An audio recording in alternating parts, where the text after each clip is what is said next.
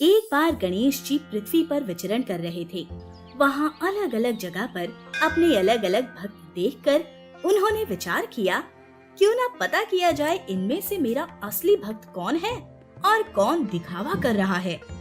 वो माता पार्वती के पास गए। प्रणाम माते, मैं धरती पर जाना चाहता हूँ और पृथ्वी वासियों की परीक्षा लेना चाहता हूँ। वो तो ठीक है पुत्र, मगर तुम भक्तों की परीक्षा लोगे कैसे? अब भक्तों की परीक्षा लेनी है तो कोई ना कोई विशेष उपाय तो करना ही होगा। क्यों ना मैं एक छोटे से बालक का रूप लेकर भक्तों की परीक्षा लेने जाऊं? जैसा तुम्हें ठीक लगे पुत्र। भगवान गणेश भक्तों की परीक्षा लेने हेतु एक छोटे से बालक का रूप धारण कर लेते हैं।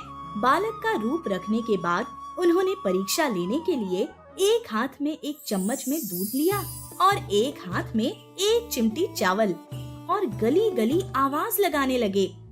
मुझे भूख लगी है, मेरे पास खीर बनाने के लिए सामग्री है, मुझे कोई खीर बनाकर दे दो। मगर सभी लोग उनके दूध और चावल को देखकर हंसी उड़ाने लगे। अरे इतने सारे दूध और चावल के लिए हमारे पास बड़ा बर्तन नहीं है, खीर नहीं बना पाएंगे। हमें क्या फुर्सत में समझा है जो मजाक करने चले आए? हाँ? अरे बहन, मुझे तो कोई ना समझ बालक लगता है जो इतने से सामग्री की खीर बनवाना चाहता है। हाँ, तुम सही कह रही हो। बालक, तुम अपने घर जाओ। महिलाओं के कहने के बावजूद गणेश जी ने हट नहीं छोड़ी और एक गली से दूसरी गली, एक शहर से दूसरे शहर भटकते रहे, मगर कोई उनकी खीर बनाने को तैयार ही नहीं था। सुबह से शाम हो चुकी थी। चलते चलते गणेश जी के पैर भी दर्द करने लगे। एक जगह बैठकर खुद से ही बोले, लगता है मेरे दूध और चावल की कोई भी खीर नहीं बनाएगा। तभी एक बुजुर्ग महिला की निगाह बालक गणेश पर पड़ी।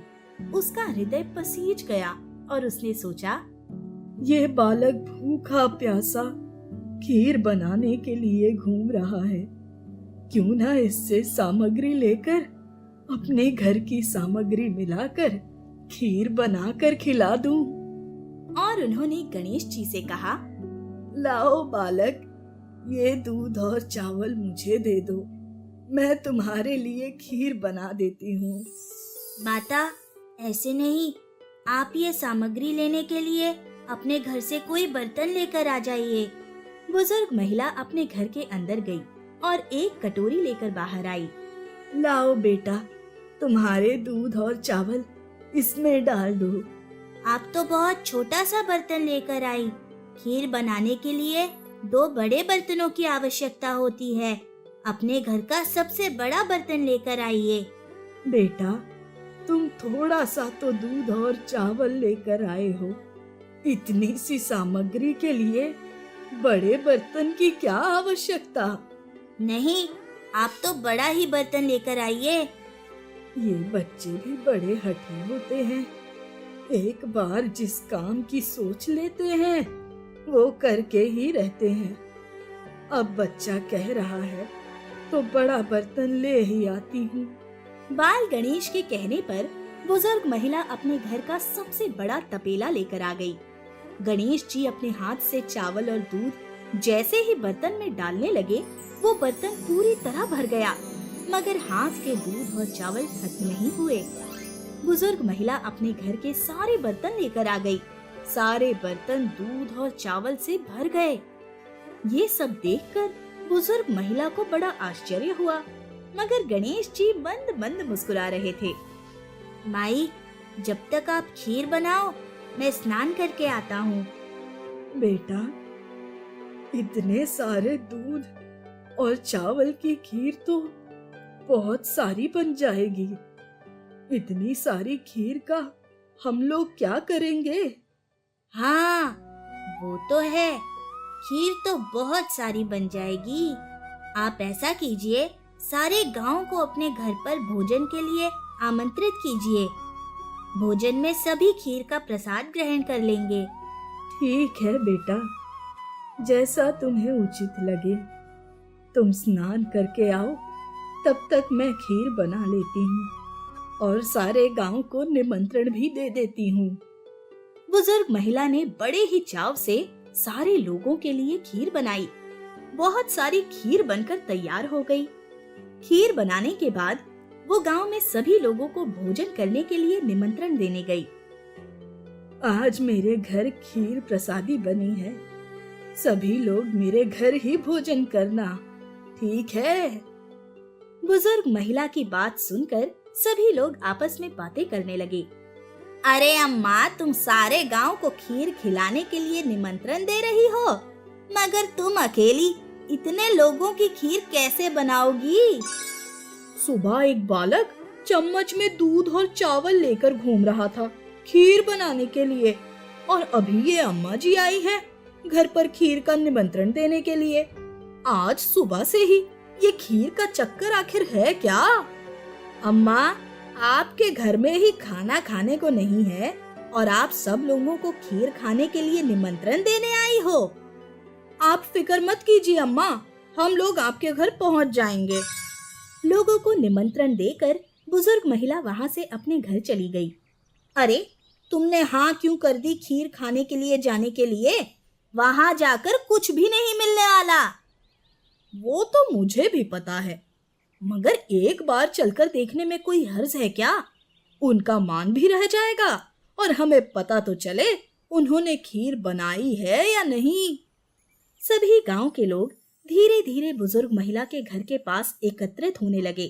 खीर की खुशबू पूरे वातावरण में फैली हुई थी। सभी लोग बोले, खीर तो बनी है, मगर देखते हैं कितने लोगों को मिल पाती है। बुजुर्ग महिला की बहू को जब अपनी माँ के गांव भोज के बारे में पता चला, तो वो झटपट अपनी सास की झोपड़ी में जाकर देखती है तो वहाँ बहुत सारे बर्तनों में खीर रखी है। अम्मा जी ने खीर तो बहुत सारी बनाई है, मगर बाहर गांव के लोग भी तो बहुत सारे हैं। ऐसा ना हो कि ये खीर खत्म हो जाए और मुझे मिले ही नहीं। क्यों ना सब लोगों के खाने के पहले मैं एक बार पेट भर के खीर खा लूं। बहू ने बड़े 2 पतीलों में से तुरंत अपने लिए खीर निकाली और हाथ जोड़कर गणेश जी महाराज से प्रार्थना करने लगी। गणेश जी महाराज, वैसे तो पहले अतिथि लोगों को भोजन करवाना चाहिए, मगर इतनी स्वादिष्ट खीर देखकर मुझसे रहा नहीं जा रहा। आइए, आप और हम दोनों खीर का प्रसाद पाते हैं। कहकर वो बहू घर के कोने में बैठकर फटाफट खीर खाने लगी। बहू की खीर खाने के बाद गांव के सारे लोग वहां एकत्रित हो जाते हैं। बुजुर्ग महिला गांव के सभी लोगों को खीर का प्रसाद खिलाती है। सभी लोगों को खीर बहुत अच्छी लगती है, मगर सब लोगों के खाने के बावजूद भी बहुत सारी खीर बच जाती है। तभी बुजुर्ग महिला को बालक गणेश नजर आते हैं। अरे बालक, तू अभी तक कहाँ था रे? तेरा ही इंतजार कर रही थी। सभी लोगों ने खीर का प्रसाद पा लिया। चला, तुझे भी खीर खिलाती हूँ। नहीं माता, मैंने तो सबसे पहले की खीर खा ली। तुम्हारी बहू ने मेरा भोग लगाने के बाद ही खीर ग्रहण की थी। अब आप खीर का प्रसाद ग्रहण कीजिए। बुजुर्ग महिला ने भी मन भरकर खीर खाई, मगर उसके बावजूद भी बहुत सारी खीर बच गई थी। ये तो अभी भी ढेर सारी खीर है। अब मैं इस खीर का क्या करूं? आप ऐसा कीजिए, इस पूरी खीर को 4 भागों में विभाजित कर अपने घर के 4 कोनों में रख दीजिए। कहकर बाल गणेश वहाँ से अंतर ध्यान हो गए और उसी रात उस बुजुर्ग महिला को नींद में आकर गणेश जी ने दर्शन दिए। माता, आपने मेरे कहने पर जो खीर बनाई है, इसका प्रतिफल आपको जरूर मिलेगा। अगली सुबह जब बुजुर्ग महिला की नींद खुली तो वो हैरान रह गई। खीर के भरे हुए तपेले में खीर की जगह हीरे मोती भरे हुए थे।